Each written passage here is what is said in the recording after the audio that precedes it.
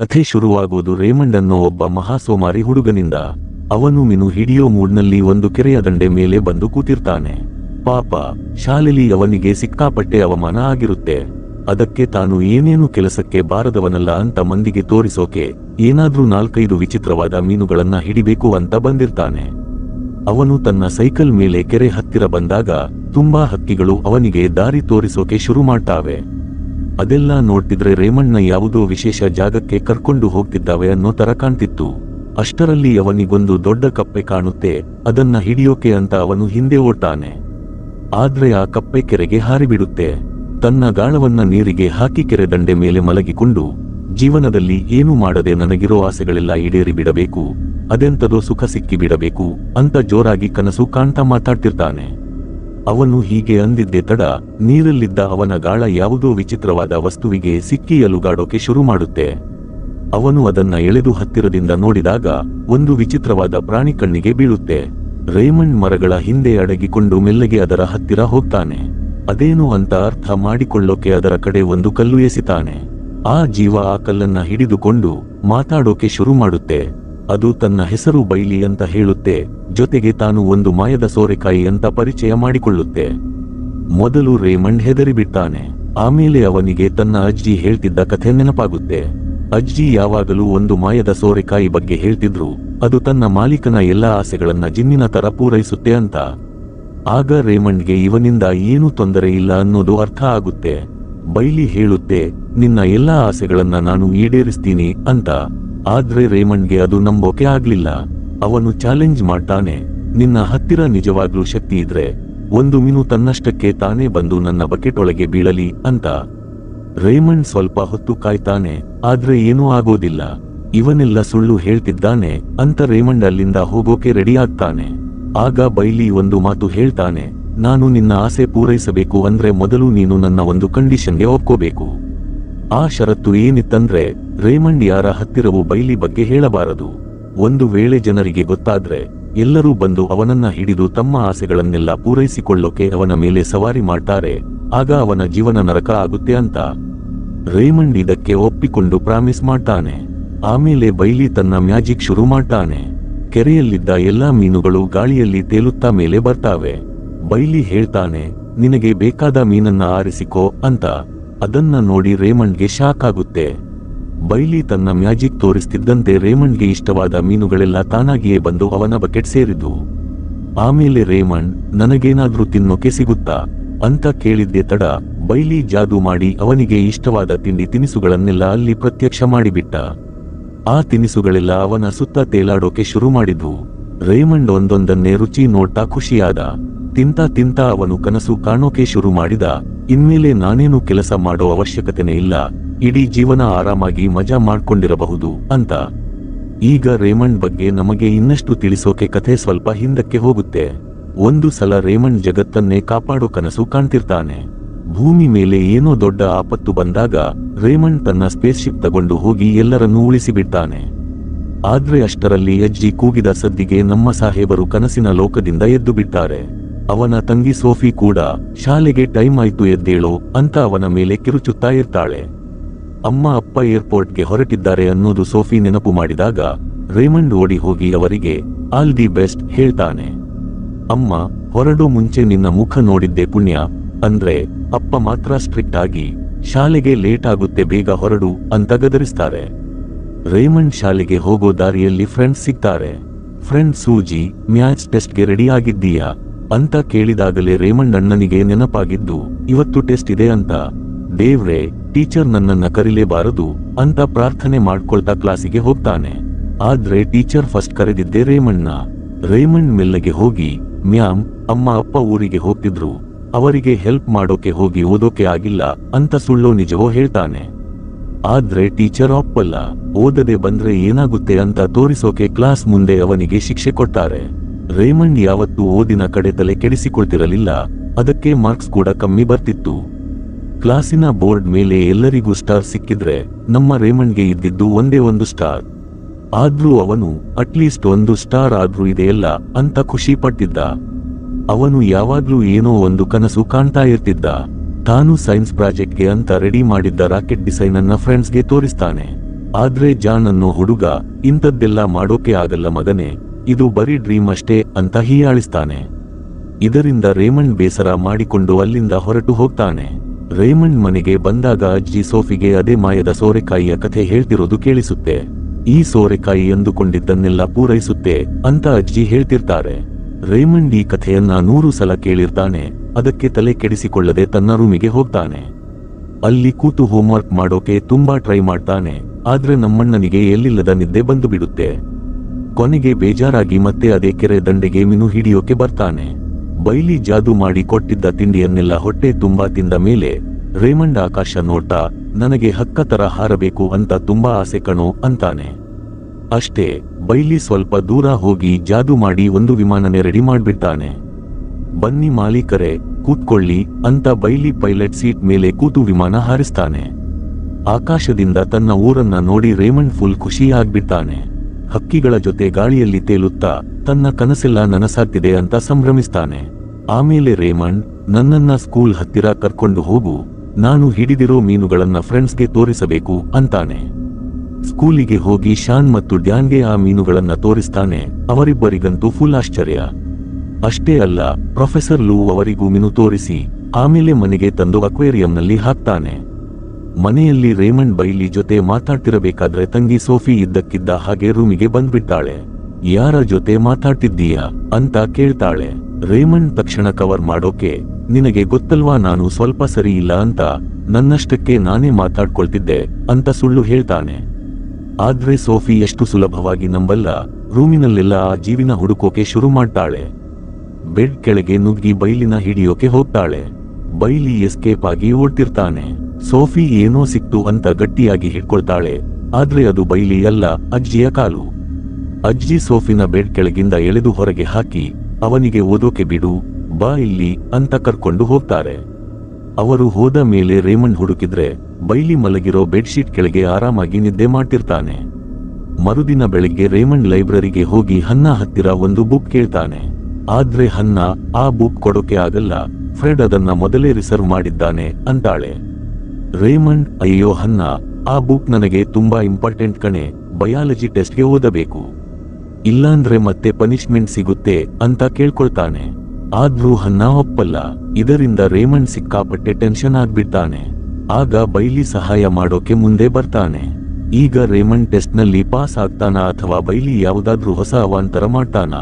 ಬೈಲಿ ಹೇಗಾದ್ರೂ ಮಾಡಿ ಸಹಾಯ ಮಾಡಲೇಬೇಕು ಅಂತ ನಿರ್ಧಾರ ಮಾಡಿ ತನ್ನ ಮ್ಯಾಜಿಕ್ ಪವರ್ ಉಪಯೋಗಿಸಿ ಆ ಬುಕ್ ಅನ್ನ ಸೀದಾ ರೇಮಂಡ್ ಬ್ಯಾಗ್ ಒಳಗಡೆ ಬರೋ ಹಾಗೆ ಮಾಡ್ಬಿಟ್ಟ. ರೇಮಂಡ್ ಬ್ಯಾಗ್ ತೆರೆದು ನೋಡಿದ್ರೆ ಆ ಬುಕ್ ಅಲ್ಲಿದೆ. ಅವನು ಫುಲ್ ಬೆದರಿ ಹೋದ. ಯಾರಿಗಾದ್ರೂ ಗೊತ್ತಾದ್ರೆ ಅಷ್ಟೇ ಕಥೆ, ನನಗೆ ಸರಿಯಾಗಿ ಶಿಕ್ಷೆ ಕೊಡ್ತಾರೆ ಅಂತ ಭಯ ಪಟ್ಟಿರಬೇಕಾದ್ರೆ ಶಾನ್ ಹಿಂದೆಯಿಂದ ಬಂದ. ರೇಮಂಡ್ ಒಮ್ಮೆಲೆ ಜಂಪ್ ಆದ. ಶಾನ್ ಅವನನ್ನ ಚೆಸ್ ಆಡೋಕೆ ಅಂತ ಕರೆದ.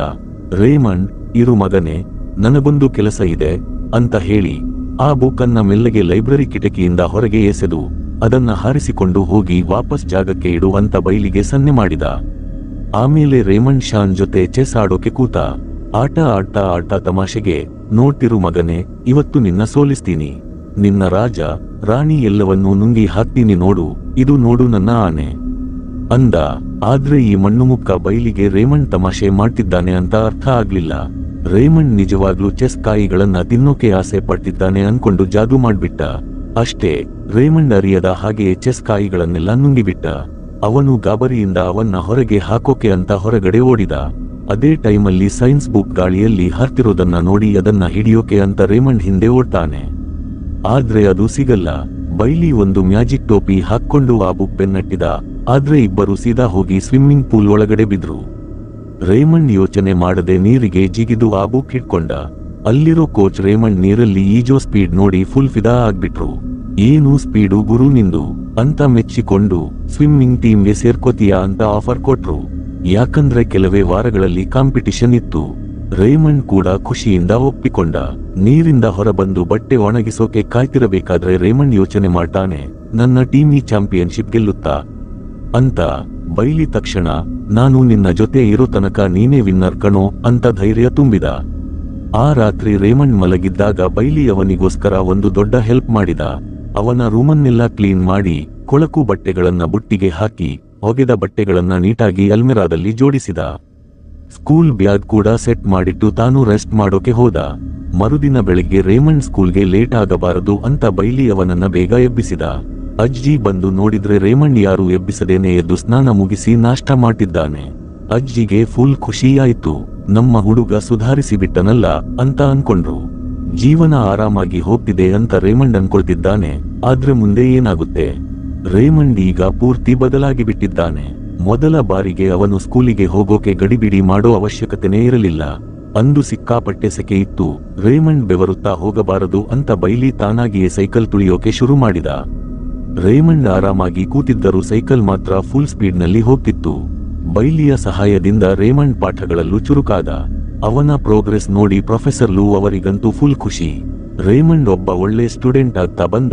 ಟೆಸ್ಟ್ನಲ್ಲೂ ಒಳ್ಳೆ ಮಾರ್ಕ್ಸ್ ತೆಗೆಯೋಕೆ ಶುರು ಮಾಡಿದ. ಇತ್ತ ಸ್ವಿಮ್ಮಿಂಗ್ ಪ್ರಾಕ್ಟೀಸ್ನಲ್ಲೂ ಬೈಲಿ ಗುಟ್ಟಾಗಿ ಹೆಲ್ಪ್ ಮಾಡ್ತಿದ್ದ. ರೇಮಂಡ್ ಈಜುವಾಗ ಬೈಲಿ ನೀರೊಳಗಡೆ ಇದ್ದು ಅವನನ್ನ ಮುಂದಕ್ಕೆ ತಳ್ತಿದ್ದ. ರೇಮಂಡ್ ರೆಕಾರ್ಡ್ ಬ್ರೇಕ್ ಮಾಡೋ ಸ್ಪೀಡ್ನಲ್ಲಿ ಈಜೋದನ್ನ ನೋಡಿ ಕೋಚ್ಗೆ ತನ್ನ ಕಣ್ಣನ್ನ ತಾನೇ ನಂಬೋಕೆ ಆಗ್ಲಿಲ್ಲ. ಅವರು ರೇಮಂಡ್ನ ಬೆನ್ನು ತಟ್ಟಿದರು. ಅಂದು ಸಾಯಂಕಾಲ ರೇಮಂಡ್ ತನ್ನ ಹಳೆಯ ರಾಕೆಟ್ ಡ್ರಾಯಿಂಗ್ ತೆಗೆದು ನೋಡಿದ. ಜಾನ್ ಹೇಳಿದ್ದು ನಿಜ ಅನಿಸ್ತು. ಆ ರಾಕೆಟ್ ಮಾಡೋದು ಅಷ್ಟು ಸುಲಭವಲ್ಲ ಅಂತ ಅವನು ಸೋಲೊಪ್ಪಿಕೊಳ್ಳೋಕೆ ಹೋದ. ಆದ್ರೆ ಅಷ್ಟರಲ್ಲಿ ಬೈಲಿ ಒಂದು ಹೊಸ ಡಿಸೈನ್ ರೆಡಿ ಮಾಡಿದ. ಆದ್ರೆ ಅದು ಇನ್ನೂ ಕಷ್ಟ ಇತ್ತು. ಅದಕ್ಕೆ ಬೈಲಿ ಏನು ಮಾಡಿದ ಅಂದ್ರೆ ತನ್ನ ಮ್ಯಾಜಿಕ್ನಿಂದ ಒಂದು ರೋಬೋಟ್ ನಾಯಿ, ರೋಬೋಟ್ ಡಾಗ್ ರೆಡಿ ಮಾಡಿಬಿಟ್ಟ. ಮರುದಿನ ರೇಮಂಡ್ ಆ ರೋಬೋಟ್ನ ಸ್ಕೂಲಿಗೆ ತಗೊಂಡು ಹೋಗಿ ಎಲ್ಲರಿಗೂ ತೋರಿಸಿದ. ಕ್ಲಾಸ್ನವರೆಲ್ಲ ಆ ರೋಬೋಟ್ ನೋಡಿ ದಂಗಾಗಿ ಬಿಟ್ಟರು. ಆದ್ರೆ ಡ್ಯಾನ್ ಸುಮ್ಮನೆ ಇರಬೇಕಲ್ಲ.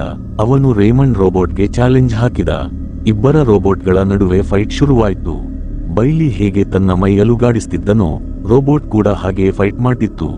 ಬೈಲಿ ಆ ಫೈಟಿಂಗ್ ಫೀಲ್ ತರೋಕೆ ಒಂದು ಕಪ್ಪೆಯನ್ನ ಎದುರಿಗೆ ಇಟ್ಕೊಂಡು ಅದರ ಜೊತೆ ಗುದ್ದಾಡ್ತಿದ್ದ. ಹೇಗೋ ಜಾದು ಬಳಸಿ ರೇಮಂಡ್ ರೋಬೋಟ್ ಡ್ಯಾನ್ ರೋಬೋಟ್ನ ಸೋಲಿಸಿಬಿಟ್ಟು. ಆದ್ರೆ ಅಷ್ಟರಲ್ಲಿ ಒಬ್ಬ ಹುಡುಗ ಆ ರೋಬೋಟ್ ನಾಯಿನ ಮುಟ್ಟಿದ ಅಷ್ಟೇ ಅದು ಅಲ್ಲೇ ಅಲುಗಾಡಿ ಕಿತ್ತು ಹೋಗಿಬಿಟ್ಟು. ಕೈ ಕೊಟ್ಟ ರೋಬೋಟ್ ನೋಡಿ ರೇಮಂಡ್ಗೆ ಎಲ್ಲಿಲ್ಲದ ಕೋಪ ಬಂತು. ಅವನು ಬೈಲಿ ಮೇಲೆ ರೇಗಿದ. ಇಂಥ ಸುಳ್ಳು ರೋಬೋಟ್ ಯಾರಾದ್ರೂ ಮಾಡ್ತಾರಾ? ಇದನ್ನ ತಕ್ಷಣ ಸರಿ ಮಾಡು ಅಂತ ಗದರಿಸಿದ. ನಂತರ ಮನೆಗೆ ಹೋಗುವಾಗ ದಾರಿಯಲ್ಲಿ ಒಂದು ಆಟಿಕೆಗಳ ಅಂಗಡಿ ಕಂಡಿತು. ಅಲ್ಲಿ ಏನಿದೆ ಅಂತ ಇಬ್ಬರು ಒಳಗಡೆ ಹೋದರು. ಒಳಗಡೆ ಹೋದ ರೇಮಂಡ್ಗೆ ಅಲ್ಲಿರೋ ಮ್ಯಾಜಿಕ್ ನೋಡಿ ಕಣ್ಣುಗಳೇ ಅರಳಿಬಿಟ್ಟವು. ಅಲ್ಲಿ ರಿಮೋಟ್ನಲ್ಲಿ ಕೆಲಸ ಮಾಡುವ ರೇಮಂಡ್ ತನ್ನ ಹಠದಿಂದ ಮುಂದೆ ಯಾವ ಅವಾಂತರ ಮಾಡ್ಕೋತಾನೆ ಅನ್ನೋದನ್ನ ನೋಡೋಣ. ಅಂಗಡಿ ಒಳಗೆ ರಿಮೋಟ್ನಲ್ಲಿ ಓಡೋ ಹೆಲಿಕಾಪ್ಟರ್ ಮತ್ತು ವಿಚಿತ್ರ ತರಹದ ಹೊಸ ಹೊಸ ರೋಬೋಟ್ಗಳನ್ನ ನೋಡಿ ರೇಮಂಡ್ಗೆ ಎಲ್ಲಿಲ್ಲದ ಖುಷಿಯಾಯ್ತು. ತನ್ನ ಎಕ್ಸೈಟ್ಮೆಂಟ್ ತಡೆಯೋಕೆ ಅವನಿಂದ ಆಗ್ಲೇ ಇಲ್ಲ. ಅಷ್ಟರಲ್ಲಿ ಅಲ್ಲಿಗೆ ಡ್ಯಾನ್ ಬಂದು ಬಿಟ್ಟ. ನೀನು ಅಂಗಡಿ ಒಳಗೆ ಬರೋದನ್ನ ನೋಡಿದೆ ಮಗನೇ ಅಂತ ಡ್ಯಾನ್ ರೇಮಂಡ್ ಕಾಲು ಎಳೆಯೋಕೆ ಶುರು ಮಾಡಿದ. ನೀನು ಆ ರೋಬೋಟ್ ನಾಯಿನ ಈ ಅಂಗಡಿಯಲ್ಲೇ ಕೊಂಡುಕೊಂಡಿದ್ದೀಯಾ ಅಲ್ವಾ? ಸುಳ್ಳು ಹೇಳ್ಬೇಡ, ನೀನು ಅದನ್ನ ಮಾಡಿದ್ದಲ್ಲ ತಾನೆ ಅಂತ ಪ್ರಶ್ನೆ ಮೇಲೆ ಪ್ರಶ್ನೆ ಕೇಳೋಕೆ ಶುರು ಮಾಡಿದ. ರೇಮಂಡ್ಗೆ ಅಲ್ಲಿಂದ ತಪ್ಪಿಸಿಕೊಂಡ್ರೆ ಸಾಕು ಅನ್ನಿಸ್ತು. ಅದಕ್ಕೆ ತಕ್ಷಣ ಅಂಗಡಿಯಿಂದ ಓಡಿ ಬಂದ್ಬಿಟ್ಟ. ರೇಮಂಡ್ ಬೇಸರದಲ್ಲಿ ಇರೋದನ್ನ ನೋಡಿ ಬೈಲಿ ನನ್ನ ಮಾಲೀಕನನ್ನ ಹೇಗಾದ್ರೂ ಮಾಡಿ ಖುಷಿ ಪಡಿಸಬೇಕು ಅಂತ ಪ್ಲಾನ್ ಮಾಡಿದ. ತನ್ನ ಮಾಯಾಶಕ್ತಿಯಿಂದ ಅಂಗಡಿಯಲ್ಲಿದ್ದ ಎಲ್ಲಾ ಆಟಿಕೆಗಳಿಗೂ ಜೀವ ಬರೋ ಹಾಗೆ ಮಾಡಿ ಅವೆಲ್ಲವೂ ರೇಮಂಡ್ ಮನೆಗೆ ಹೋಗೋ ತರ ಆರ್ಡರ್ ಮಾಡಿದ. ಅಂಗಡಿ ಮಾಲೀಕನಿಗೆ ಏನಾಗ್ತಿದೆ ಅಂತ ತಿಳಿಯೋ ಅಷ್ಟರಲ್ಲಿ ಎಲ್ಲಾ ಆಟಿಕೆಗಳು ಅಲ್ಲಿಂದ ಮಾಯ ಆಗಿದ್ವು. ಇತ್ತ ರೇಮಂಡ್ ಮತ್ತು ಡ್ಯಾನ್ ಸೇರಿ ಡೈನೋಸಾರ್ ಸಿನಿಮಾ ನೋಡೋಣ ಅಂತ ಥಿಯೇಟರ್ಗೆ ಹೋದ್ರು. ಆದ್ರೆ ಅಲ್ಲಿ ಎಲ್ಲಾ ಟಿಕೆಟ್ ಹೌಸ್ಫುಲ್ ಆಗಿತ್ತು. ರೇಮಂಡ್ ಹಠ ಬಿಡಲಿಲ್ಲ. ನನಗೆ ಈ ಸಿನಿಮಾ ನೋಡ್ಲೇಬೇಕು ಅಂದ. ಆಗ ಬೈಲಿ ತನ್ನ ಮ್ಯಾಜಿಕ್ ಬಳಸಿ ರೇಮಂಡ್ನ ಸೀದಾ ಸ್ಕ್ರೀನ್ ಒಳಗಡೆನೆ ಕಳಿಸಿಬಿಟ್ಟ. ಒಳಗಡೆ ಹೋದ ಮೇಲೆ ರೇಮಂಡ್ಗೆ ತಾನು ಎಷ್ಟು ದೊಡ್ಡ ತಪ್ಪು ಮಾಡಿದೆ ಅಂತ ಗೊತ್ತಾಯ್ತು. ಒಂದು ಬೃಹತ್ ಗಾತ್ರದ ಟೀರೆಕ್ಸ್ ಡೈನೋಸಾರ್ ಅವನನ್ನ ತಿನ್ನೋಕೆ ಅಂತ ಹಿಂದೆ ಬೆನ್ನಟ್ಟಿತು. ಹೊರಗಡೆ ಕೂತಿದ್ದ ಜನರೆಲ್ಲ ಸಿನಿಮಾ ಅಂತ ಅನ್ಕೊಂಡು ನಗ್ತಾ ಇದ್ರು. ಬೈಲಿ ಆರಾಮಾಗಿ ಮೆಟ್ಟಿಲ ಮೇಲೆ ಕೂತು ಇದೆಲ್ಲವನ್ನ ನೋಡ್ತಿದ್ದ. ರೇಮಂಡ್ ಹೇಗಾದ್ರೂ ಮಾಡಿ ಸ್ಕ್ರೀನ್ನಿಂದ ಹೊರಗೆ ಬರಬೇಕು ಅಂತ ಜೀವ ಕೈಯಲ್ಲಿ ಹಿಡ್ಕೊಂಡು ಓಡ್ತಿದ್ದ. ಆದ್ರೆ ಆ ಡೈನೋಸಾರ್ ಅವನನ್ನ ಹಿಡಿದೇ ಬಿಟ್ಟು. ಅದು ರೇಮಂಡ್ನ ನುಂಗೋಕೆ ಹೋದಾಗ ಬೈಲಿ ತನ್ನ ಪುಟ್ಟ ವಿಮಾನ ತಗೊಂಡು ಸ್ಕ್ರೀನ್ ಒಳಗೆ ನುಗ್ಗಿ ಡೈನೋಸಾರ್ ಮೇಲೆ ಅಟ್ಯಾಕ್ ಮಾಡಿದ. ಅದನ್ನ ಸೋಲಿಸಿ ಅಲ್ಲಿಂದ ಓಡಿಸಿದ ಮೇಲೆ ಜನರ ಮಜಾ ಕೆಟ್ಟು ಹೋಯ್ತು. ಮನೆಗೆ ಬರುವಾಗ ರೇಮಂಡ್ ಸಖತ್ ಕೋಪದಲ್ಲಿದ್ದ. ನೀನು ನನಗೆ ಸಹಾಯ ಮಾಡ್ತೀನಿ ಅಂತ ಯಾವಾಗಲೂ ನನ್ನನ್ನ ಸಂಕಷ್ಟಕ್ಕೆ ತಳ್ಳುತ್ತೀಯಾ ಅಂತ ಬೈಲಿಗೆ ಬೈದ. ಆದ್ರೆ ಅಸಲಿ ಸಂಕಷ್ಟ ಮುಂದಿತ್ತು. ರೇಮಂಡ್ ಸೈಕಲ್ ತುಳಿಯುವಾಗ ಹಿಂದೆ ಏನೋ ಸದ್ದು ಕೇಳಿಸಿತು. ತಿರುಗಿ ನೋಡಿದ್ರೆ ಅವನ ಕಣ್ಣುಗಳೇ ಹೊರಗೆ ಬಂದ್ವು. ಆ ಅಂಗಡಿಯ ಎಲ್ಲಾ ಆಟಿಕೆಗಳು ಫುಲ್ ಸ್ಪೀಡ್ನಲ್ಲಿ ಅವನ ಹಿಂದೆ ಬರ್ತಿದ್ವು. ಗಾಬರಿಯಿಂದ ಅವನು ಮನೆಗೆ ಓಡಿ ಬಂದ. ಆ ಆಟಿಕೆಗಳೆಲ್ಲ ಅವನ ರೂಮಿನ ಕಡೆ ನುಗ್ತಾ ಇರೋದನ್ನ ನೋಡಿದ. ಅದೇ ಟೈಮಲ್ಲಿ ಅವನ ಅಮ್ಮ ಅಪ್ಪ ಕೂಡ ಜರ್ನಿಯಿಂದ ಮನೆಗೆ ವಾಪಸ್ ಬರೋಲಿದ್ರು. ರೇಮಂಡ್ ಹೆದರಿ ಹೋಗಿ, ಬೈಲಿ, ದಯವಿಟ್ಟು ಈ ಆಟಿಕೆಗಳನ್ನೆಲ್ಲ ವಾಪಸ್ ಅಂಗಡಿಗೆ ಕಳಿಸಿಬಿಡು ಅಂತ ಬಡ್ಕೊಂಡ. ಪುಣ್ಯಕ್ಕೆ ಬೈಲಿ ಸರಿಯಾದ ಸಮಯಕ್ಕೆ ಎಲ್ಲವನ್ನೂ ಸರಿ ಮಾಡಿದ. ಅಮ್ಮ ಅಪ್ಪ ಬರೋ ಅಷ್ಟರಲ್ಲಿ ಎಲ್ಲಾ ಆಟಿಕೆಗಳು ಮಾಯ ಆಗಿದ್ವು. ಇಲ್ಲಾಂದ್ರೆ ಇವತ್ತು ರೇಮಂಡ್ನ ಚರ್ಮ ಸುಲಿದು ಬಿಟ್ಟಿದ್ರು. ಅಬ್ಬ, ರೇಮಂಡ್ ಹೇಗೋ ಬಚಾವಾದ. ಆಟಿಕೆಗಳ ಅವಾಂತರ ಮುಗಿದ ಮೇಲೆ ರೇಮಂಡ್ನ ಅಪ್ಪ ಅವನ ರೂಮಿಗೆ ಬಂದು ಡ್ರಾಯಿಂಗ್ ರೂಮಿಗೆ ಕರೆದುಕೊಂಡು ಹೋದ್ರು. ಅಲ್ಲಿ ನೋಡಿದ್ರೆ ರೇಮಂಡ್ಗಾಗಿ ಒಂದು ಹೊಸ ಸೈಕಲ್ ಇತ್ತು. ರೇಮಂಡ್ ಸ್ವಿಮ್ಮಿಂಗ್ ಟೀಮ್ಗೆ ಸೇರಿದ ಖುಷಿಯಲ್ಲಿ ಅಪ್ಪ ಕೊಟ್ಟ ಗಿಫ್ಟ್ ಅದು.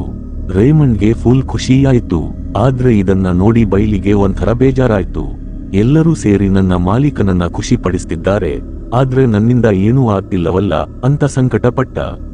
ಅದಕ್ಕೆ ರೇಮಂಡ್ಗೆ ಮ್ಯಾಥ್ಸ್ ಎಕ್ಸಾಮ್ನಲ್ಲಿ ಹೆಲ್ಪ್ ಮಾಡಬೇಕು ಅಂತ ಬೈಲಿ ರಾತ್ರಿಯೆಲ್ಲ ಎಚ್ಚರವಿದ್ದು ಓದಿದ. ಮರುದಿನ ಬೆಳಗ್ಗೆ ಬೈಲಿ ಎಬ್ಬಿಸೋಕೆ ಬರುವಷ್ಟರಲ್ಲೇ ರೇಮಂಡ್ ತಾನಾಗಿಯೇ ಎದ್ದಿದ್ದ.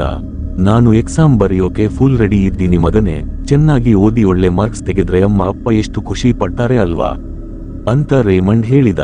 ಕ್ಲಾಸಿನಲ್ಲಿ ಪ್ರೊಫೆಸರ್ ಲೂ ಕ್ವಶ್ಚನ್ ಪೇಪರ್ ಕೊಟ್ಟಿದ್ದೆ ತಡ ಎಲ್ಲಾ ಮಕ್ಕಳು ಬರೆಯೋಕೆ ಶುರು ಮಾಡಿದ್ರು.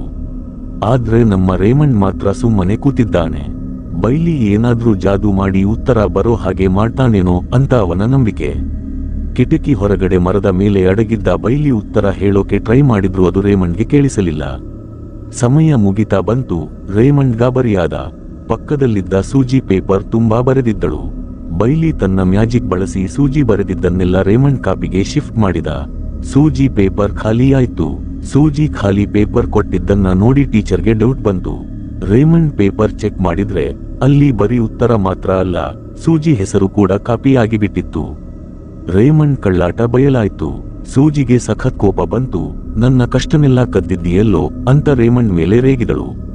ಟೀಚರ್ ಶಿಕ್ಷೆ ಕೊಡೋ ಮೊದಲೇ ರೇಮಂಡ್ ಅಲ್ಲಿಂದ ಓಡಿ ಸೀದಾ ಕೆರೆ ಹತ್ತಿರ ಹೋದ. ಬೈಲಿ ಅಲ್ಲಿಗೆ ಬಂದಾಗ ರೇಮಂಡ್ ರೇಗಿಬಿಟ್ಟ, ಎಲ್ಲಾ ನಿನ್ನಿಂದಲೇ ಆಗಿದ್ದು, ನಿನ್ನನ್ನ ಸೋರೆಕಾಯಿ ಪಲ್ಯ ಮಾಡಿ ತಿಂದು ಬಿಟ್ಟೀನಿ ಅಂತ ಕೂಗಾಡಿದ. ಬೈಲಿಗೆ ಇದು ಶಿಕ್ಷೆ ಅಂತ ಅನಿಸಿ ತಾನೇ ಬೆಂಕಿಯಾಗಿ ಬದಲಾದ. ಆದ್ರೆ ಅವನನ್ನ ಮುಟ್ಟಿದ ರೇಮಂಡ್ ಕೈ ಸುಟ್ಟು ಹೋಯ್ತು.